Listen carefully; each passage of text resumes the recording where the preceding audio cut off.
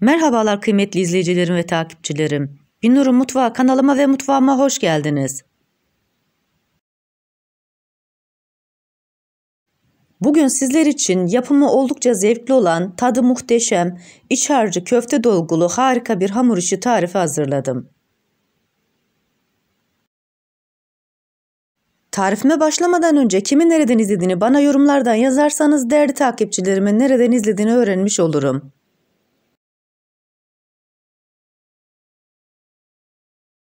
Sizleri daha fazla bekletmeden bu güzel tarifime geçiyorum. Herkese iyi seyirler.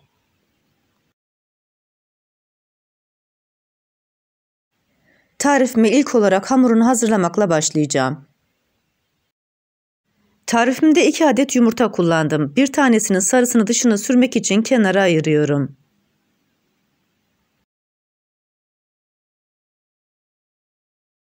Yumurtanın içerisine 100 gram oda sıcaklığında bekletmiş olduğumuz tereyağını koyuyoruz. Spatula yardımıyla iyice ezerek karıştırıyoruz.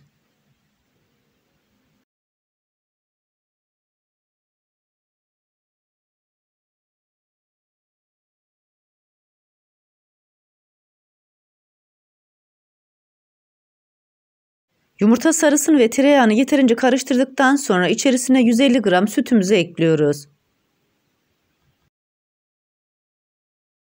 Bu tarifi yaparken kullanmış olduğumuz malzemelerin oda sıcaklığında olmuş olması oldukça önemli.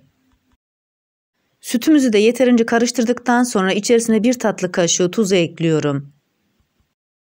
Yoğurma kabının içerisine azar azar kontrollü bir şekilde 2 su bardağı unumuzu ekliyoruz. Tarifimde kullanmış olduğum su bardağı ölçüsü 250 mililitre.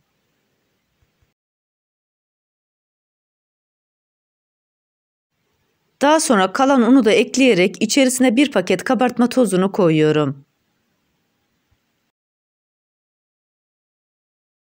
Hamurun içerisinden spatulayı çıkartıyorum. Elimle yoğurmaya devam edeceğim.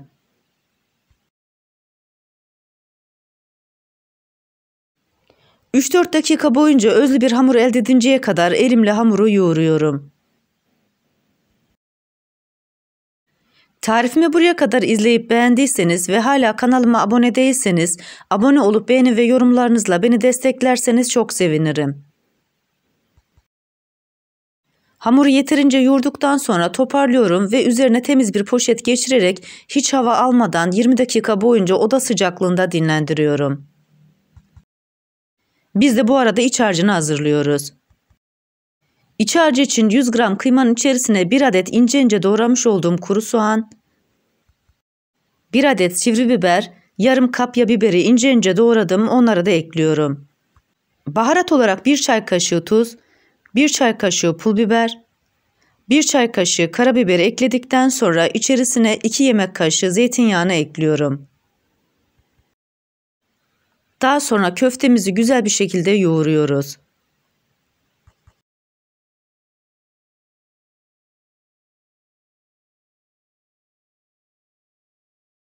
Hamurumuzun içerisine koyacağımız köfte harcımız hazır, kenara alıyoruz. Bu arada hamurumuz da yeterince dinlendi. Hamurun ilk olarak elimizle şöyle bir havasını alıyoruz.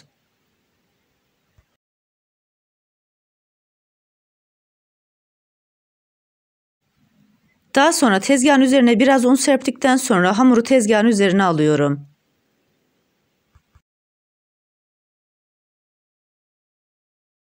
Bu aşamada hamuru hem yoğuruyorum, aynı zamanda da toparlıyorum.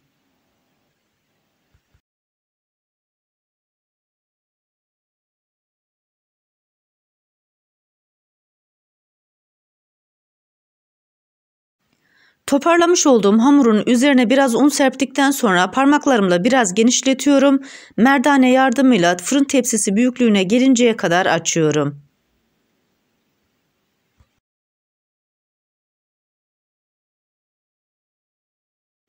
Bu arada tarifimde kullanmış olduğum bütün malzemeleri videomun altındaki açıklama kısmında ölçüleriyle birlikte paylaşıyor olacağım. Dilerseniz oradan da bakıp faydalanabilirsiniz.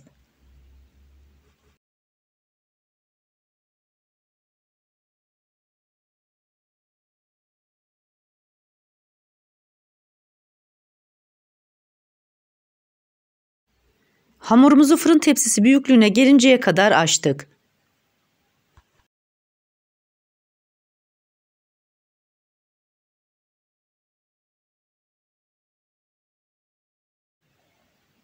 Açmış olduğum hamuru yağlı kağıdın üzerine koyuyorum.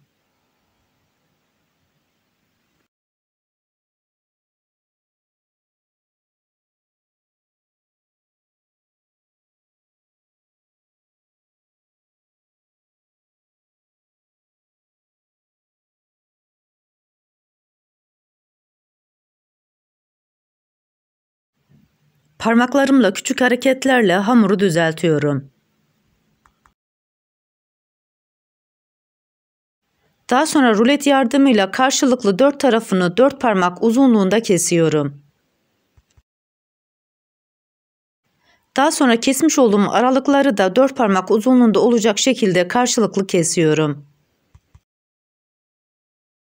O parçaları da tekrar ikiye kesiyorum.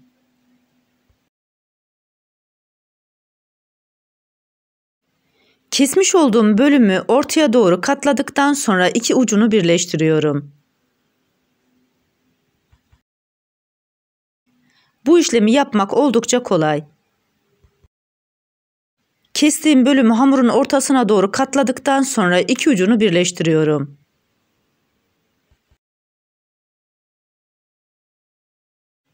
Tarifimde 7 adet çeri domates kullandım. Domatesleri güzelce yıkadıktan sonra ortadan ikiye kestim. Katlamış olduğum bölümlerin içerisine domatesleri koyuyorum. Bu aşamada dikkat etmeniz gereken konu domatesleri iyice içeriye doğru itekleyerek koyun. Böylelikle pişme esnasında dışarıya çıkmamış olur. Bir adet yumurtanın sarısını ayırmıştık. Hamurumuzun üzerine yumurtanın sarısını sürüyoruz.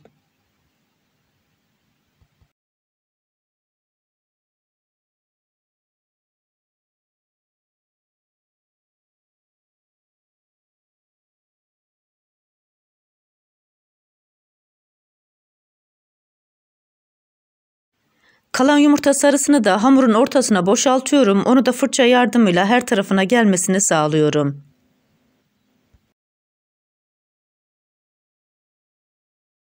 Yumurta sarısını sürdükten sonra fırın tepsisinin içerisine alıyorum. Bu arada fırınımızda 180 derece alt üst ayarı açtık. Hazırlamış olduğumuz hamur işini sıcak fırına koyacağız. Köfte harcını alıyorum. Tam orta kısmına hepsini boşaltıyorum. Parmaklarımla aralarında hiç boş yer kalmayıncaya kadar köftemizi içerisine yayıyoruz.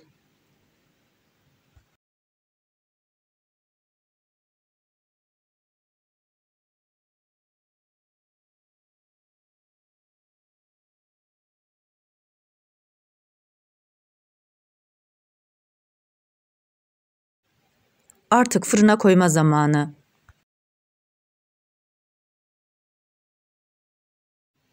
...30 dakika boyunca bu şekilde pişireceğiz.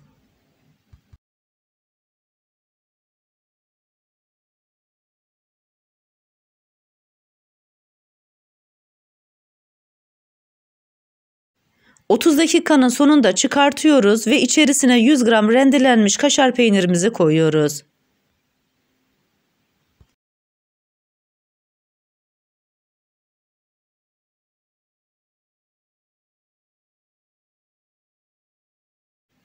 Fırınımızı kapatıyoruz. 8 dakika boyunca kaşar peynirleri eriyinceye kadar pişiriyoruz.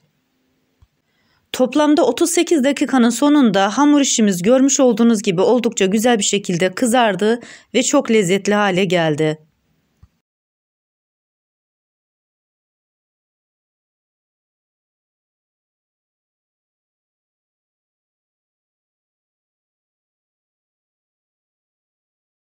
Tarifimdeki tüm püf noktaları detaylı bir şekilde sizlere anlatmaya çalıştım.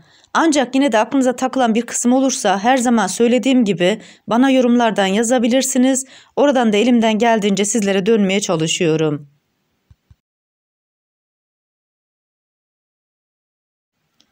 İçi dışı harika bir şekilde pişmiş, gerçekten çok doyurucu, güzel bir hamur işi oldu. Bu tarifimi yapıp deneyecek olan herkese şimdiden afiyet olsun. Bir tarifimizin daha sonuna geldik. Videomu izlediğiniz için teşekkür ederim. Bana destek olmak için tarifimi beğendiyseniz beğenmeyi, abone değilseniz abone olmayı, yeni tariflerimi izlemek için bildirim zilini açmayı, tariflerimi sevdiklerinizle paylaşmayı unutmayın.